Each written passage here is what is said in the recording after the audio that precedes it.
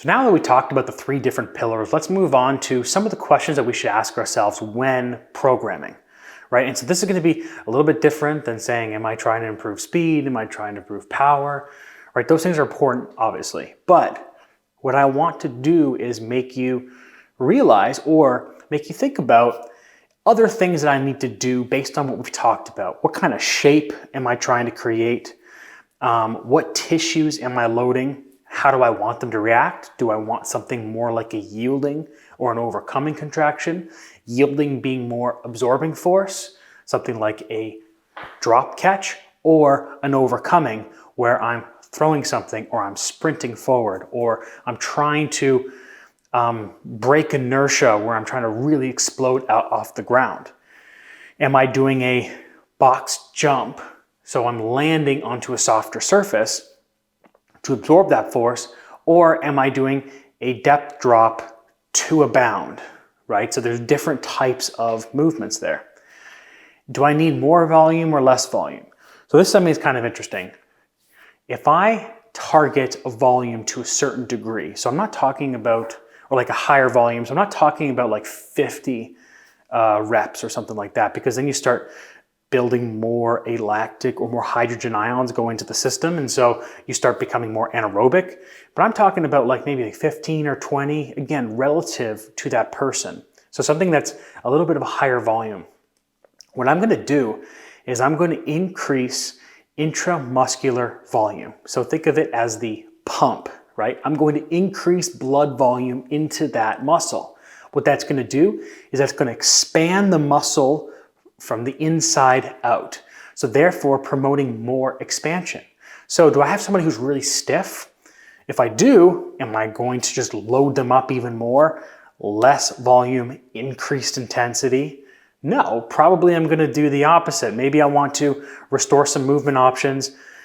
And this is where you're, from a rehabilitation standpoint, people use like blood cuff, like the occlusion type therapy, right? They could do, and so like I like to use higher volume, like again, not too high, but enough that we're trying to expand the area, restore range of motion, and get as much blood into the tissue as possible to try to create that expansion. So this is the intramuscular expansion.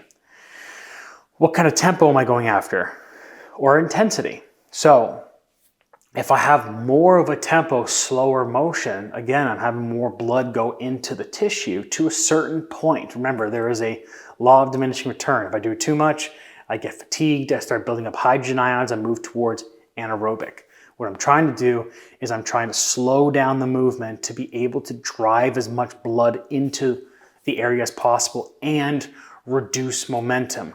Momentum is going to try to get us off the ground really quick, really overcome the certain tissues, really concentrically orient the tissues to propel me off the ground, versus doing something like 3 seconds down, 3 seconds up squat continuously without stopping at the top or the bottom. That's going to drive as much blood flow into the tissues as possible.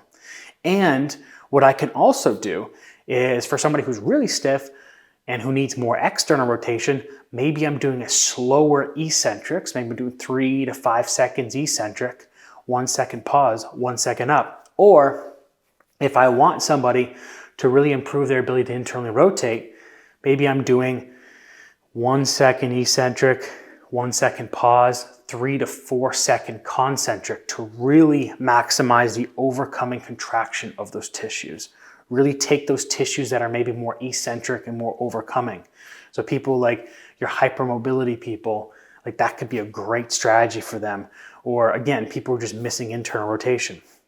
I'm also asking myself, what shape of the joint am I creating? Do I want more of this internally rotated shape of the pelvis with more sacral nutation, or do I want the opposite where I'm trying to promote more external rotation, right? Do I need more femoral IR?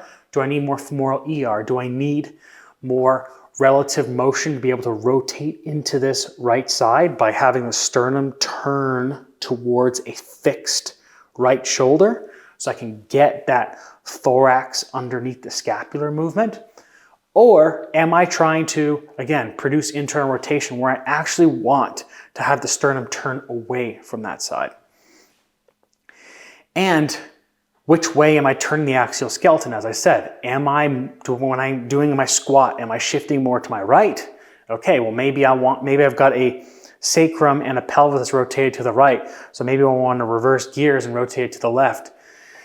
What kind of compensatory strategies am I dealing with? Am I dealing with somebody with this rectus strategy? Do they have a right oblique, lateral orientation? We'll talk about that a lot more next week in terms of interventions. But it's important to understand what's their infrasternal angle. Are they more wide infrasternal angle, more narrow? If they're wide, if we remember we talked about last week, we're going to be more adept, or we're going to be better at producing more force, power. We're going to be more anaerobic alactic because we've got a wide base support. We have a wider frame, so we're going to be able to produce more force. But we're not going to be able to get off the ground really quickly. Versus a narrow who can get off the ground really quickly. They're really bouncy if they're the first layer of the compensation. They're really bouncy. They're going to be more biased towards external rotation. They can get off the ground really quickly. But producing force, it's probably going to bury them, right? So how do I manipulate exercises in order to improve the qualities they don't have, right? So can you see what we're doing? Instead of doing this need for sport or the needs analysis for a sport, we're doing the needs analysis for the human. Of course, what sport they play, the environment they're in, that's of course important, the position that they play when it comes to an athletic perspective, but it's not just that. We're not trying to make, for example, if we're talking about soccer/football, right? We're not looking at just the midfielders being like, all right, we're gonna train every midfielder like this. It's like, no, we have to take into account their anatomical adaptations or their anatomical positions, their structure, right? So it's important to understand, where this person is, not just in space, but the shape, but also, as I said, their anatomical